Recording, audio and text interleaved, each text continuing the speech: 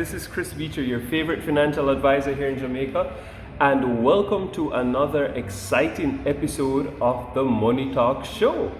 So, you know that on the Money Talk Show, we like to talk about money, getting your mindset right, building wealth, and not just wealth for your immediate self and circumstance, but generational wealth. And you know, the Bible says a good man leaves an inheritance for his children's children. So you know, on the Money Talk Show, we like to talk about common myths about money and how we can correct or rectify them. And some of the times we have to unlearn what we've always thought to be true about money and relearn some good money habits. And tonight, you know that I like to critique the work of popular institutions and other pundits on money, not to critique it in a bad way, but just to see if we agree or disagree with what they're saying. And so tonight, I'm going to dissect the Total Money Makeover. It's by Mr. Dave Ramsey. And my good friend Dave here has a bunch of money myths that I'm going to be going through in a little bit. And in our next few episodes, we'll be debunking a few common money myths and money mistakes that people make. So, the question is, money myth. Am I helping my friend by lending them money? And does my friend still remain my friend during the time that I've loaned them the money? And will they still be my friend after I've loaned them the money? So here's the myth. Co-signing a loan. I am helping a friend or a relative to get ahead. Guys, in Jamaica, we say we are guaranteed a loan. Somebody take out a payday loan, somebody take out a student loan, and we are going to be the guarantor because we're going to help them. And so, guys, I want to really dissect this, what really is a guarantor? If you are guarantoring a loan, you are saying that if this person, for any reason, has to default on this loan, then legally and binding, I will be the person responsible to take over that loan, right? And so usually, we see a lot of the times where parents will be the guarantor for their children on the student loan. But sometimes we see that friends will also come on board and guarantor a loan. And let me tell you something, guys. The reason why a lending institution or a creditor will actually call for a guarantor is because they know that the person who they're about to lend the money to is not good with money, or they're not earning enough money, and the likelihood statistically of them actually defaulting on that loan is very high. In other words, they are saying to you that we almost expect it. We expect that the person who is borrowing this money for go study, that them can't pay back the loan. That's why I want a guarantor. We're expecting the person who is taking out this payday loan. And guys, if you're taking out a payday loan, that means that you're already not good with money. So they know this, and they're expecting you to yet again default because you're not good with money in the first place. You're taking out a high interest payday loan by one of these institutions with very high interest rate, and of course they ask for a guarantor because they know that, hey, this guy or this girl is not good with money. And so your guarantor has to take on all of that financial responsibility for you. So guys, that's my opinion, When you sign on to be a guarantor, you signing on the dotted line is as good as saying that I'm going to pay this loan, because whenever a guarantor is needed, best believe that that person is not good with money. And so my question is, if you lend a friend money, and not just lending in the physical sense, but when you are co-signing a loan for a friend, and we see this happen all the time, can you still remain friends with this person when the loan is defaulted? So let's hear what Mr. Ramsey has to say, then we can dissect it. I never normally read so long in the vlogs. But again, here's it for the people. Mr. Dave Ramsey, Total Money Makeover. And we're talking about myths on debt. And we're talking about debt not being a tool. And we're often told in Jamaica that debt is a tool. There's good debt and bad debt. Well, here's what Mr. Ramsey has to say, and we can discuss it. So he says, by co-signing a loan, I'm helping a friend or relative. That's the myth. But his truth, or the truth, is that be ready to repay the loan. The bank wants a co-signer for a reason, which is that they don't expect the friend or the relative to pay. Think with me for a moment. If debt is the most aggressively marketed product in our culture today, if lenders must meet sales quota for loan production, if lenders can project the likelihood of a loan's going into default with unbelievable accuracy, all these things are true. And the lending industry has denied your friend or relative a loan, there is a little doubt the potential borrower is trouble just looking for a place to happen. And that place to happen is you guys. All right. So Mr. Ramsey says, yet people across America make the very unwise, yes, dumb decision to co-sign for someone else's loan every single day. The lender requires a co-signer because there's a very high statistical chance that the applicant won't pay. So why do we appoint ourselves as the generous, all-knowing, benevolent helper to override the judgment of an industry that is foaming at the mouth to lend money and yet has deemed our friend or relative a deadbeat looking for a place to fail? Or at least a loan default looking for a new home. All right. So why do we co-sign loans knowing full well that the people them likely can't pay back the loan? So let's read a little further. It says, we enter this ridiculous situation only on emotion. Lord, I'm a friend for how long? Lord, if I sign the little loan, them I gonna get the city for putting in them house because them work hard and a long time. She need to fix up her house so make her help her.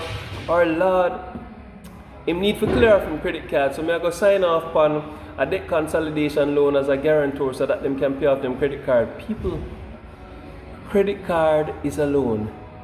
If them can't pay off them credit card in the first place and them taking on a debt consolidation loan of which you have to be the guarantor, that's debt on top of debt. So the person I got debt same way and you are gonna end up when it start for roll have to pay off that consolidation. Anyways, emotion. That's one of the reasons why we take on this thing of lending friends money. And guys, I want to say to you, do not put weight on a relationship that it was not made up to bear. Sometimes we put weight on certain relationships and those relationships were not meant to bear the weight of being a guarantor or the weight of being a co-signer on a loan.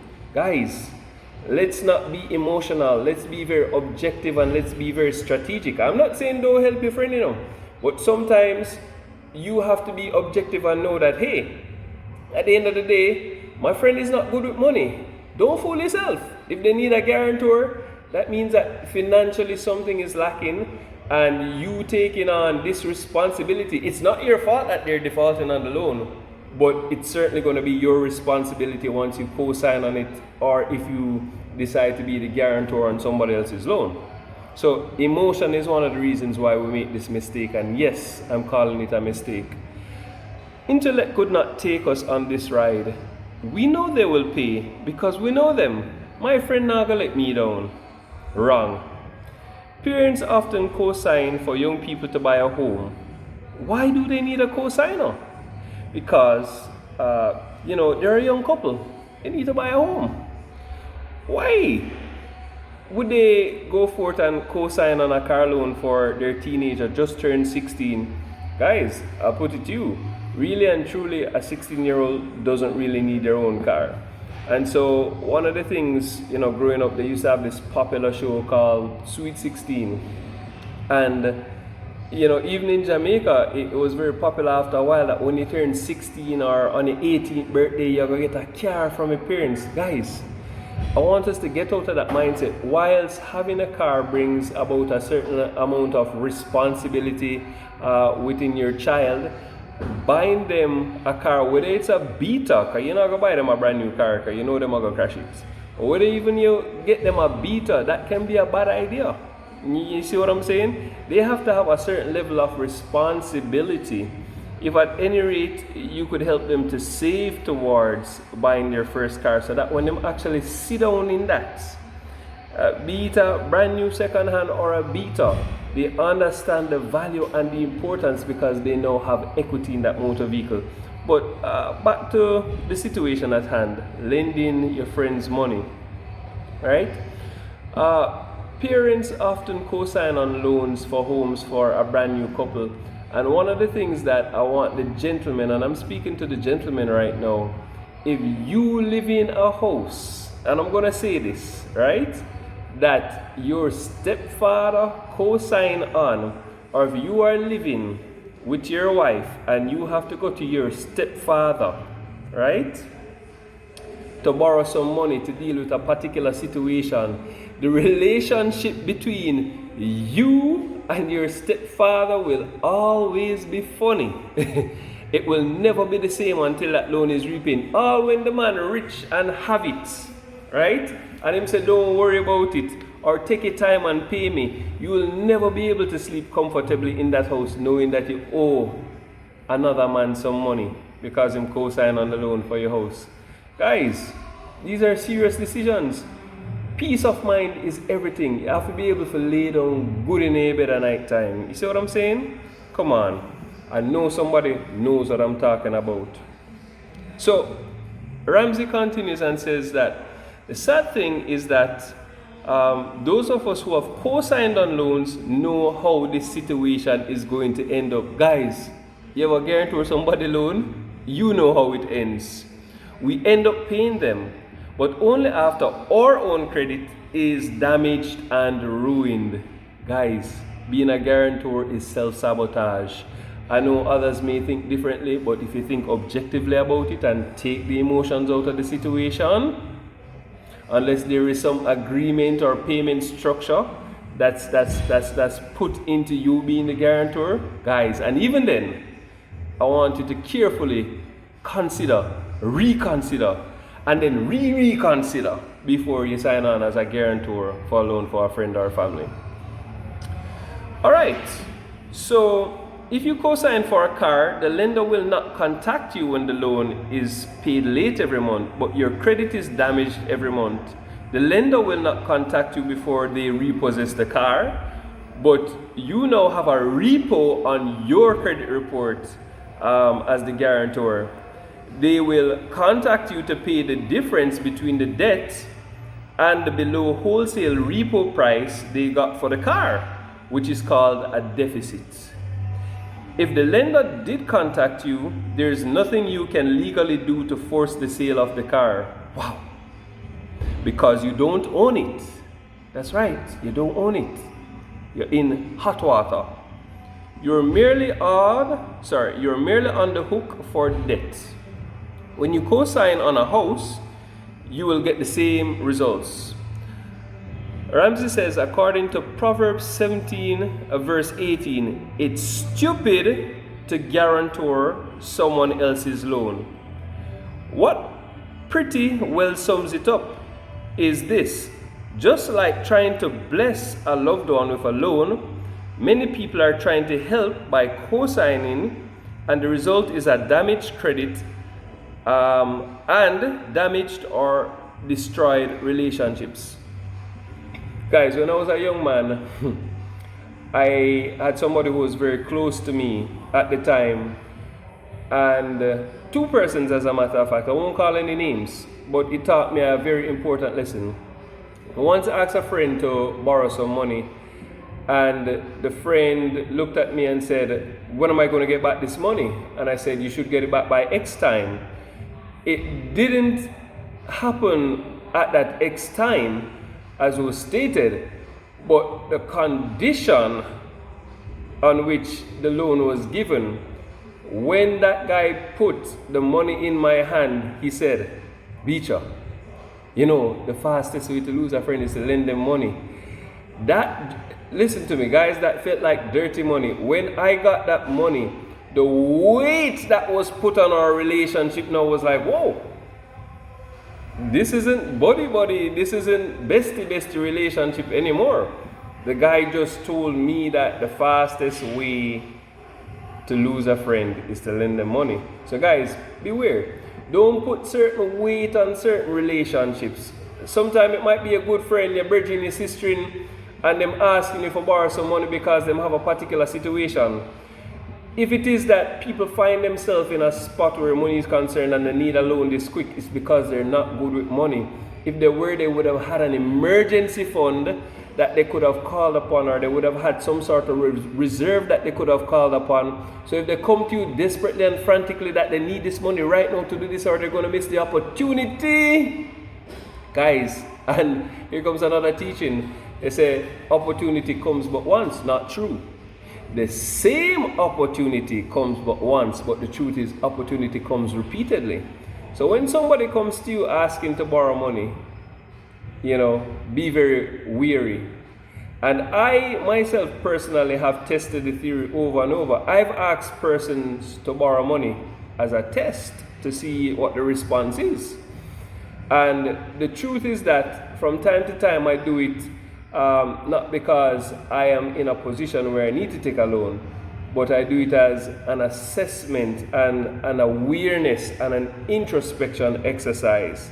And later on, you too will understand where I'm coming from with this.